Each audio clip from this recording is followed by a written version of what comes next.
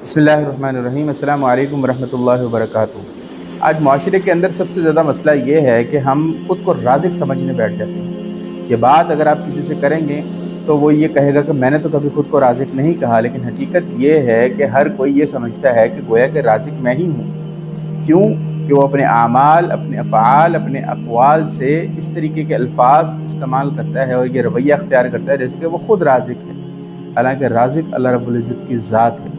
हमारी गलती ये है कि जिस वक़्त हम ख़ुद को राज़िक़ समझना शुरू कर देते हैं तो मामलात बिगड़ते ही उस वक़्त हैं। एक बाप था, वो अपने बेटे के पास जब आता तो वो उसको सेब ला के देता और कहता कि अपने बाकी बहन भाइयों में भी इसको तक़सीम कर दो।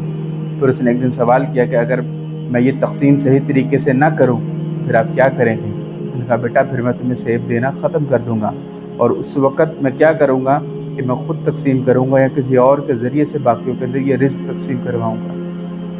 हकीकत ये है कि हमें भी जो कुछ दिया जाता है वो अल्लाह रब्बुल इज़्ज़त हमें देते हैं हमारे जो मातहत हैं उनके वास्ते से।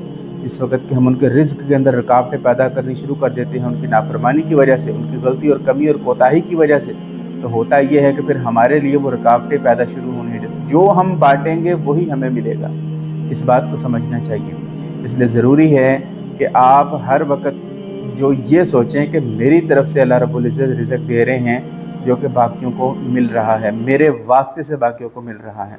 अल्लाह रब्बुल इज़्ज़त दे रहे हैं तो अल्लाह रब्बुल इज़्ज़त दे रहे हैं ताकि हम बाकी में तक़सीम करें। हमें मिलता है, हमें इर्द-गिर्द के लोगों की वजह से मिलता है। जिस वक़्त हम ये तक़सीम ख़त्म कर देंगे अल्लाह रब्बुल इज़्ज़त भी देना बंद कर देंगे। जज़ाकल्लाहु अहसनुल जज़ा। अस्सलामु अलैकुम वरहमतुल्लाहि व